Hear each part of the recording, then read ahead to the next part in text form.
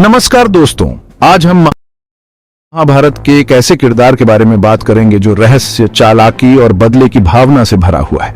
ये किरदार न केवल महाभारत की कहानी में महत्वपूर्ण भूमिका निभाता है, बल्कि उसकी चालाकी और बुद्धिमत्ता ने इस महाकाव्य को एक नया मोड़ दिया। एक ऐसा किरदार जिसने अपनी बुद्धि और चालों से पूरी महाभारत की कहानी को ही बदल डाला। उसकी हर चाल, हर योजना ने महाभारत के युद्ध को और भी जटिल और रोमांचक बना दिया। जी हाँ, मैं बात कर रहा हूं गांधार के राजकुमार और हस्तिनापुर के मामा शकुनी की। शकुनी, जो अपने समय का एक महान रणनीतिकार था, उसकी योजनाओं ने महाभारत के हर पात्र को प्रभावित किया।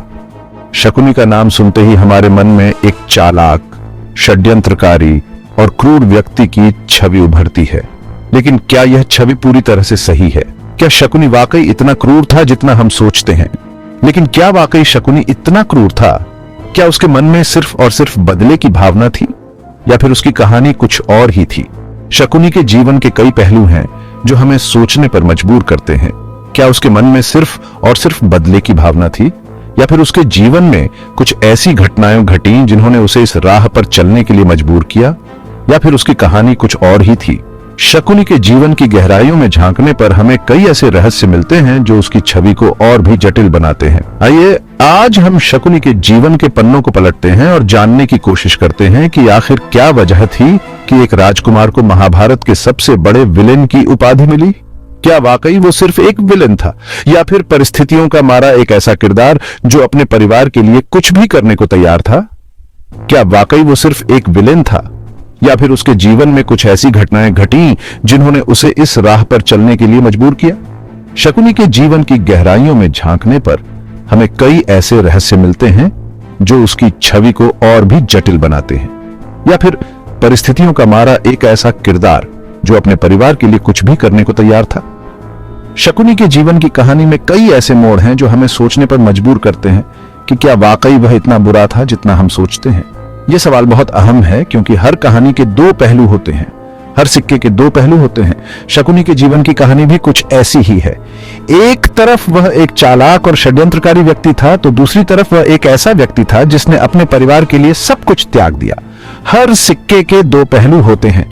शकुनी के जीवन की कहानी भी कुछ ऐसी ही है। एक तरफ वह एक चालाक और षड्यंत्रकारी व्यक्ति था, तो दूसरी तरफ वह एक ऐसा व्यक्ति था जिसने अपने परिवार के लिए सब कुछ त्याग दिया। आज हम शकुनी के जीवन के उन पहलुओं को भी देखेंगे जो शायद आज तक आपने नहीं देखे होंगे। शकुनी के जीवन की कहानी में कई ऐसे मोड़ हैं जो हमें सोचने पर मजबूर करते हैं कि क्या वाकई वह इतना बुरा था जितना हम सोचते हैं। तो चलिए शुरू करते हैं शकुनी की कहानी, महाभारत के सबसे बड़े रहस्य, शकुनी के रहस्य से। शकुनी के जीवन की कहानी में कई ऐसे मोड़ हैं जो हमें सोचने पर मजबूर करते हैं कि क्या वाकई वह इतना बुरा था जितना हम सोचते हैं।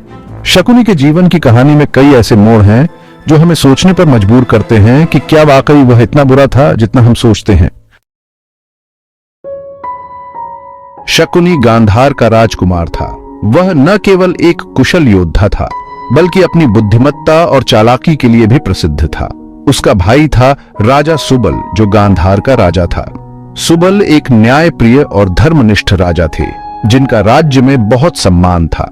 सुबल की बेटी थी गांधारी, जो अपनी सुंदरता और गुणों के लिए जानी जाती थी। गांधारी का स्वभाव बहुत ही शांत और सहनशील था। गांधारी का विवाह हस्तिनापुर के राजा धृतराष्ट्र से हुआ था। यह विवाह राजनीतिक कारणों से तय हुआ था, जिससे दोनों राज्यों के बीच संबंध मजबूत हो सके। धृतराष्ट्र जन्म से ही अंधे थे। उनकी इस कमजोरी के बावजूद वे एक शक्तिशाली और प्रभावशाली राजा थे। शकुनी अपनी बहन गांधारी से बहुत प्यार करता था। वह हमेशा उसकी खुशी और सुरक्षा के लिए चिंतित रहता था। जब गांधारी का विवाह धृतराष्ट्र से तय हुआ तो शकुनी को बहुत दुख हुआ। उसे लगा कि उसकी बहन के साथ अन्याय हो रहा है। वह इस विवाह से खुश नहीं था और उसे लगा कि गांधारी को एक अंधे व्यक्ति के साथ बांधना गलत है। धृतराष्ट्र अंधे थे, इसलिए गांधारी ने भी अपनी आंखों पर पट्टी बांध ली। उसने यह निर्णय लिया कि वह अपने पति के दुख को समझेगी और उनके साथ हर परिस्थिति में खड़ी रहेगी। शकुनी को यह देखकर बहुत गुस्सा आया। उसे लगा कि उसकी बहन को इस तरह की कठिनाई में डालना अनुचित है। उसे लगा कि हस्तिनापुर वाले उसकी बहन का अपमान कर रहे हैं। वह इस अपमान को सहन नहीं कर सका और उसके मन में बदले की भावना जाग उठी। शकुनी ने हस्तिनापुर वालों से बदला लेने की ठान ली। उसने सोचा कि वह किसी भी कीमत पर अपनी बहन के अपमान का बदला लेगा। उसने कसम खाई कि वह कौरवों और पांडवों के बीच फूट डालेगा और महाभारत का युद्ध करवाएगा। शकुनी ने अपनी चालाकी और बुद्धिमत्ता का उपयोग करके हस्तिनापुर के राजकुमारों के बीच दरार डालने की योजना बनाई।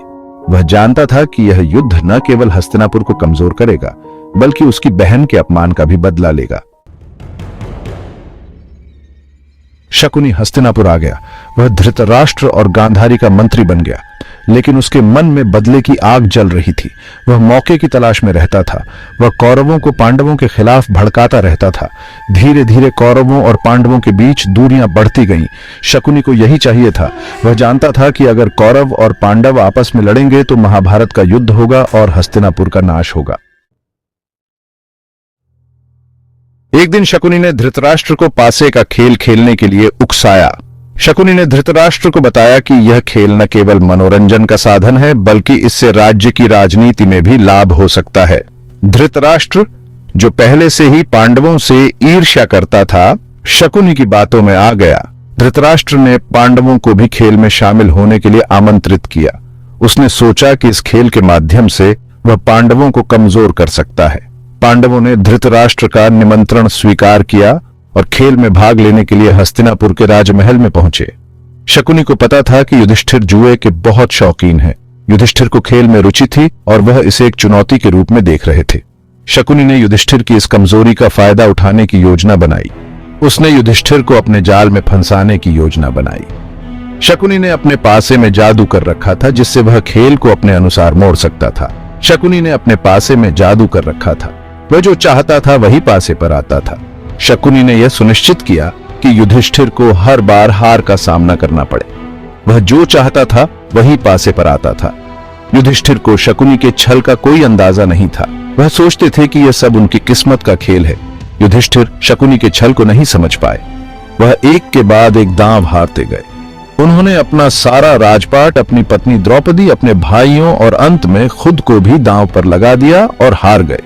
वह एक के बाद एक दांव हारते गए। उन्होंने अपना सारा राजपाट, अपनी पत्नी द्रौपदी, अपने भाइयों और अंत में खुद को भी दांव पर लगा दिया और हार गए। युधिष्ठिर की हार ने पांडवों को गहरे संकट में डाल दिया। अपनी पत्नी द्रौपदी, अपने भाइयों और अंत में खुद को भी दांव पर लगा दिया और हार गए। द्रौपदी और पांडवों की स्थिति अत्यंत दयनीय हो गई। अंत में खुद को भी दांव पर लगा दिया और हार गए। युधिष्ठिर की इस हार ने पांडवों को न केवल संपत्ति और सम्मान से वंचित कर दिया, बल्कि उनके आत्मसम्मान को भी ठेस पहुंचाई। ये छल की शुरुआत थी जिसने महाभारत के